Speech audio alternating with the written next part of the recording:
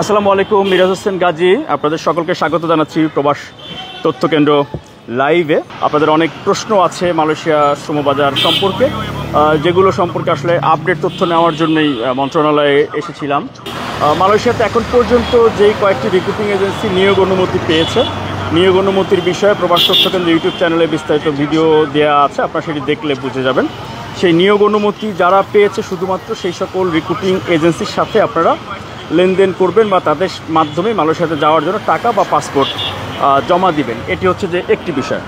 আরেকটি বিষয় হচ্ছে যে অনেকে টাকার কথাটি যেটি বলেন যে ভাই বেশি টাকা তো চায়, ৭৮,৯৯০ টাকা সরকার বলছে, কিন্তু ৩.৫ লাখ ৪ লাখ টাকা অনেকেই বলছে। এই ক্ষেত্রে মন্ত্রণালয়ের যে বক্তব্য, আমারও একই বক্তব্য যে বেশি টাকা যদি কেউ চায় আপনি তাহলে দয়া করে একটু লিখিতভাবে অভিযোগ দেবেন। মন্ত্রণালয়ের নিচতলাতেই অভিযোগ কেন্দ্র আছে।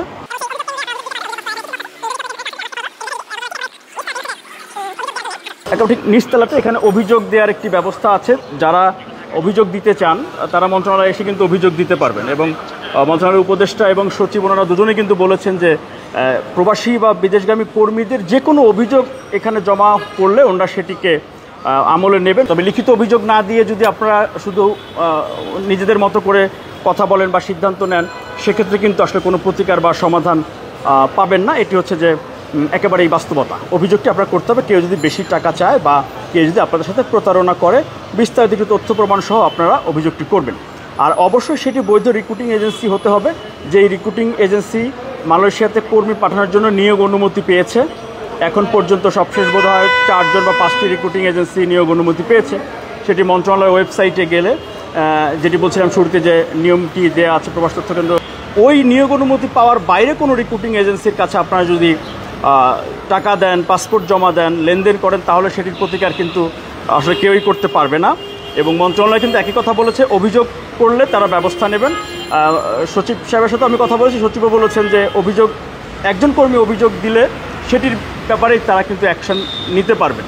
এখন ৭৮,৯৯০ টাকা মন্ত্রণালয় বলেছে, কিন্তু কেউ 4 লাখ টাকা বা ৩.৫ লাখ টাকা বা 3 লাখ টাকা চাইবে, এটি কিন্তু একেবারে অস্বাভাবিক। হ্যাঁ, যেহেতু এবার সিন্ডিকেট নেই বলা হচ্ছে। আর প্লান্টেশন খাতে কিন্তু অন্যান্য খাতে যেই কাজের যেই ধরন, প্লান্টেশন খাতে কাজে কিন্তু কর্মী যাওয়ার এত আগ্রহ কিন্তু নেই। আরেকটি বিষয় হচ্ছে, আমি ওনার দৃষ্টি আকর্ষণ করেছিলাম যে অনেক বিজ্ঞাপন, একেবারে ভুরি ভুরি বিজ্ঞাপন ফেসবুক খুললেই মালয়েশিয়ায় কর্মী পাঠাবে। এর মধ্যে কিছু আছে বৈধ রিক্রুটিং এজেন্সি, আবার কিছু আছে যাদের লাইসেন্স নেই। এইসবের বিরুদ্ধে খুব শিগগিরই ব্যবস্থা নেওয়া হবে। যারা মন্ত্রণালয় থেকে অনুমতি না নিয়ে বিজ্ঞাপন দিচ্ছে এবং বিজ্ঞাপন দিয়ে তারা প্রতারণা করছে, কারণ যেই রিক্রুটিং এজেন্সি নিয়োগ অনুমতি পায়নি সে তো বিজ্ঞাপন দিতে পারে না, সে কীভাবে বিজ্ঞাপন দেবে? তার নামে নিয়োগ অনুমতি থাকতে হবে। এটি মন্ত্রণালয় ওয়েবসাইটে আছে, যেটি আপনারা বলছেন, এবং প্রবাস তথ্য কেন্দ্র ইউটিউব চ্যানেলে গেলে সেখানে আপনারা সেই বিষয়টি দেখতে পাবেন, বিস্তারিত সেটি আছে, এটি করবেন। আরেকটি বিষয় হচ্ছে খরচের ব্যাপারটি বলছিলাম, নিয়োগ অনুমতি বা যাচাই বাছাই করার কথাটি বলছিলাম। হ্যাঁ, আমাদের এই মন্ত্রণালয়ের একজন আমাদের ভাই বন্ধু এরকম দেখাচ্ছেন যে এই যে মালয়েশিয়াতে এটি নিশ্চয়ই নিয়োগ অনুমতি নাই।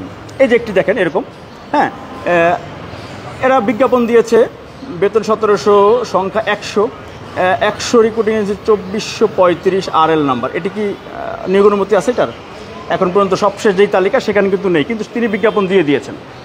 এই এজেন্সিগুলোর বিরুদ্ধে খুব শিগগিরই মন্ত্রণালয় থেকে ব্যবস্থা নেওয়া হবে, এটি মন্ত্রণালয়ের মাননীয় সচিব তিনি কিন্তু বলেছেন। এটা হচ্ছে মন্ত্রণালয়ের ওয়েবসাইট।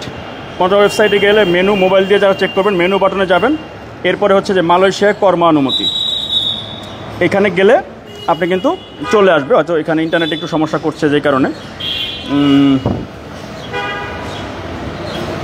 এই যে মালয়েশিয়ার প্লান্টেশন সেক্টরে নিয়োগ অনুমতি, এই যে আচ্ছা আজকে বেড়েছে 6টা।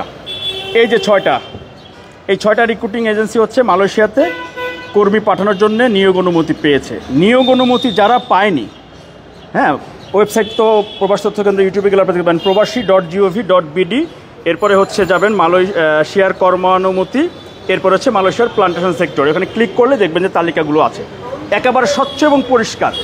এই ব্যবস্থাটির জন্য আমি মন্ত্রণালয়, এর আগেও আপনারা দেখেছেন যে সেটি নিয়ে উপদেষ্টা এবং সচিব মহোদয় যখন আমাদের সাথে মতবিনিময় করেছিলেন, তখন কিন্তু এই ব্যাপারটি বলেছিলাম যে এই নিয়োগ অনুমতির ব্যাপারটা থাকলে রিক্রুটিং এজেন্সি বা সবাই মন্ত্রণালয়ের কাছে একটা দায়বদ্ধ থাকে, আর কর্মীরাও এখানে চেক করার সুযোগটি পায়। আবারও বলি, বেশি টাকা আপনি কত দেবেন সেটা আপনার খুশি, মন্ত্রণালয় নির্ধারণ করে দিয়েছে ৭৮,৯৯০ টাকা। এটি এজেন্সিগুলো কিন্তু মেনে নিয়েছে আইনগতভাবে। এর বেশি কেউ চাইলে আপনি কিন্তু আইনগতভাবে ব্যবস্থা নিতে পারেন। একজন কর্মী একটু অভিযোগ করেন না প্লিজ, আমি কথা দিচ্ছি। আমি একটু আগে সচিব সাহেবের সাথে কথা বলে এসেছি, উনি বলেছে একজন কর্মীকে বলেন অভিযোগ দিতে, এরপরে ব্যবস্থা নেয় কি না সেটি দেখেন। একজন কর্মী একটু অভিযোগ করেন, অভিযোগ করে সেই কপিটা, রিসিপ্ট কপিটা একটু দেন। একটা অ্যাকশান হলেই তখন কিন্তু ব্যবস্থা নেওয়া যাবে। কিন্তু আমরা কেউই আসলে অভিযোগ করব না, ফেসবুকে আমাকে গালি দিব, সরকারকে গালি দিব, মন্ত্রণালয়কে গালি দেবো, এটা সহজ। হ্যাঁ, ফেসবুকে তো বাহাদুরি করা খুবই সহজ, কিন্তু আসলে আপনি যদি একটু দায়িত্বশীল হন তাহলে দেখা যাবে যে এই অনিয়মগুলো আস্তে আস্তে বন্ধ হবে। এই যে দেখেন হাজার হাজার বিজ্ঞাপন, ফেসবুকে ভুয়া বিজ্ঞাপন, এখন সঠিক তথ্যটা আমি একা দিচ্ছি, আমার একার কথা কিন্তু সবার কাছে পৌঁছাবে না, তাই না? কিন্তু এই জন্য আপনাদের কর্মী বন্ধুদের একটু সচেতন হতে হবে যে সরকার নির্ধারণ করেছে ৭৮,৯৯০, আপনি কত বেশি দিতে পারেন, তাই না? দ্বিগুণ হইতে পারে নাকি? কিন্তু ৩.৫ লাখ ৩ লাখ টাকার প্লান্টেশনের কাজ কিন্তু মাটি কাটার চেয়েও কষ্ট। মানে এটা খুবই, আপনার প্রবাস তন্ত্র ইউটিউবে গেলে আপনারা দেখে নেবেন, শেষ ভিডিওটা আছে ওখানে। যেই কঠিন কাজ, 1 মণ 2 মণ পর্যন্ত ওই পাম গাছের ফল ওটাকে ঘাড়ে উঠাইতে হয়, এটা এত সহজ কাজ না। আবার এক কোম্পানির কাজে গিয়ে আপনি কিন্তু আর এক কোম্পানির কাজ করতে পারবেন না, এটিও মাথায় রাখবেন। যেই কারণে আপনাদেরকে বুঝতে হবে ফ্যাক্টরি বা অন্য সার্ভিস সেক্টর আর কিন্তু প্লান্টেশন, এই সেক্টর কাজ কিন্তু আকাশ পাতাল পার্থক্য। ব্যবসায়ীদের ভাষায় কিন্তু এটার রেট কিন্তু এমনিতেই অনেক কম, অর্ধেকেরও কম। কর্মীরা এটা যাইতে চায় না। আর কেউ যদি বলে আপনি এখানে গিয়ে আপনাকে ট্রান্সফার করে দেবে মালয়েশিয়াতে, কিন্তু এই সুযোগ নেই। যেই কোম্পানির ভিসা ওই কোম্পানিতে থাকতে হবে। কোম্পানি পরিবর্তন করা মানে আপনি অবৈধ হয়ে যাবেন, আনডকুমেন্টেড হয়ে যাবেন, কিন্তু ইচ্ছা করলে আসতে পারবেন না। জেল খেটে অথবা হাইকমিশন থেকে স্পেশাল পাস নিয়ে, ট্রাভেল পাস নিয়ে, স্পেশাল অনুমতি নিয়ে এরপরে কিন্তু আসতে হয়, না হলে জেল খেটে আসতে হয়। আপনি টাকা জমিজাতি বিক্রি করে, ধার দেনা করে টাকা দিয়ে দেবেন একজনকে, তারা এই মন্ত্রণালয়ে আসবে, প্রায়ডো পাজেরো গাড়ি নিয়ে ঘুরবে, আর আপনি সেই মরুভূমিতে অথবা মালয়েশিয়ার জঙ্গলে হাই হতাশ করবেন, এটির কোনো অর্থ আসলে হয় না। এই জন্য দয়া করে এই ব্যবস্থাটি করবেন। এবং আমি ব্যক্তিগতভাবে যেই অনুরোধগুলো করেছি যে অ্যাটাস্টেশনের ক্ষেত্রে আমাদের শ্রম কল্যাণ উইং মালয়েশিয়াতে, ওনারা যেন বড় চাহিদাপত্র যেগুলো বেশি কর্মীর সংখ্যা, এগুলো যেন একটু সরজমিনে পরিদর্শন করে যাতে সঠিক আছে কিনা।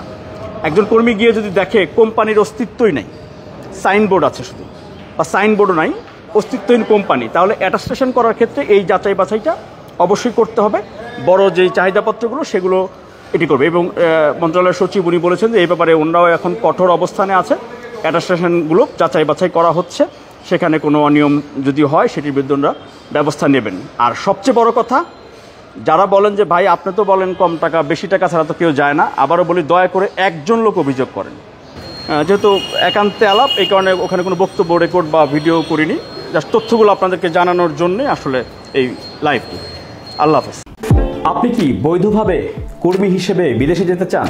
আপনি কি রেমিটেন্স যোদ্ধা হিসেবে প্রবাস জীবনযাপন করছেন? আপনার জন্য প্রয়োজনীয় এবং জরুরি সকল তথ্য হাতের মুঠোয় পাচ্ছেন প্রবাস তথ্য কেন্দ্রে। প্রবাস তথ্য কেন্দ্র ইউটিউব চ্যানেল, এরই মধ্যে 10 লাখের বেশি সদস্যের বিশাল একটি পরিবার আমরা এখন।